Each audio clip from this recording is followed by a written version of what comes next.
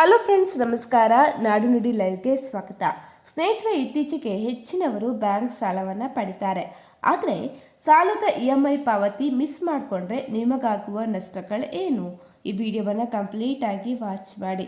ಮೊದಲನೇದಾಗಿ, ನೀವು EMI ಪಾವತಿಸಲು ಒಂದು ದಿನ ವಿಳಂಬ ಮಾಡಿದರೂ ಬ್ಯಾಂಕ್ಗಳು ದಂಡವನ್ನು ವಿಧಿಸುತ್ತವೆ.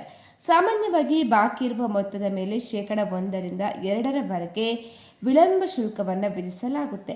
ಅಲ್ಲದೆ ನಿಮ್ಮ ಬ್ಯಾಂಕ್ ಖಾತೆಯಲ್ಲಿ ಹಣವಿಲ್ಲದೆ EMI ಬೌನ್ಸ್ ಆದಲ್ಲಿ EMI ಬೌನ್ಸ್ ಚಾರ್ಜಸ್ ಕೂಡ ಅನ್ವಯವಾಗುತ್ತೆ.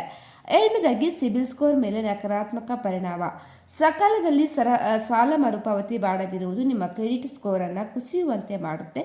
ಒಮ್ಮೆ ಕ್ರೆಡಿಟ್ ಸ್ಕೋರ್ ಕಡಿಮೆಯಾದರೆ ಭವಿಷ್ಯದಲ್ಲಿ ಹೊಸ ಸಾಲ ಪಡೆಯುವುದು ಅಥವಾ ಕ್ರೆಡಿಟ್ ಕಾರ್ಡ್ ಪಡೆಯುವುದು ಕಷ್ಟ ಆಗ್ಬೋದು. ಮೂರನೇದಾಗಿ, ಹೆಚ್ಚುವರಿ ಬಡ್ಡಿಯ ಹೊರೆ. EMI ಪಾವತಿ ವಿಳಂಬವಾದಷ್ಟು ಬಾಕಿ ಇರುವ ಅಸಲಿನ ಮೇಲೆ ಬಡ್ಡಿಯು ಸಂಗ್ರಹವಾಗ್ತಾ ಹೋಗ್ತದೆ. ಇದರಿಂದ ನೀವು ಅಂದುಕೊಂಡದಕ್ಕಿಂತ ಹೆಚ್ಚಿನ ಮೊತ್ತವನ್ನು ಬ್ಯಾಂಕಿಗೆ ಪಾವತಿಸಬೇಕಾಗಿ ಬರ್ಬೋದು. ನಾಲ್ಕನೇದಾಗಿ, NPA ಕಾನೂನು ಕ್ರಮ. ಸತತವಾಗಿ 90 ದಿನದವರೆಗೆ EMI ಪಾವತಿ ಮಾಡದಿದ್ದರೆ ಅಂತಹ ಸಾಲವನ್ನು ನಾನ್ ಪರ್ಫಾರ್ಮಿಂಗ್ ಅಸೆಟ್ ಅಂತ ಹೇಳಿ ಘೋಷಣೆ ಮಾಡಲಾಗುತ್ತೆ. ಇಂತಹ ಸಂದರ್ಭದಲ್ಲಿ ಬ್ಯಾಂಕ್ ಕಾನೂನು ನೋಟಿಸು ನೀಡಬಹುದು ಅಥವಾ ಸಾಲ ವಸೂಲಾತಿ ಪ್ರಕ್ರಿಯೆಯನ್ನು ಆರಂಭ ಮಾಡಬಹುದು.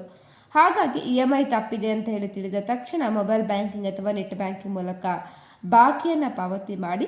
ಆರ್ಥಿಕ ಸಂಕಷ್ಟದ ಕಾರಣ ಪಾವತಿ ಸಾಧ್ಯವಾಗದಿದ್ದರೆ ಕೂಡಲೇ ಬ್ಯಾಂಕ್ ಅಧಿಕಾರಿಗಳಿಗೆ ಭೇಟಿ ಮಾಡಿ ಪರಿಸ್ಥಿತಿಯನ್ನು ವಿವರಿಸಿ. ಬ್ಯಾಂಕ್ಗಳು ಸಾಲದ ಅವಧಿಯನ್ನು ವಿಸ್ತರಿಸುವ ಅಥವಾ ತಾತ್ಕಾಲಿಕ ರಿಯಾಯಿತಿಯನ್ನು ನೀಡುವ ಸಾಧ್ಯತೆ ಕೂಡ ಇರುತ್ತೆ. ಸ್ನೇಹಿತರೆ, ಈ ಬಗ್ಗೆ ನಿಮ್ಮ ಅನಿಸಿಕೆಯನ್ನು ಕಮೆಂಟ್ ಮಾಡಿ ತಿಳಿಸಿ. ಅದೇ ರೀತಿ ನಮ್ಮ ಚಾನಲನ್ನು ಕೂಡ ನೀವು ಸಬ್ಸ್ಕ್ರೈಬ್ ಮಾಡಿಕೊಳ್ಳಿ.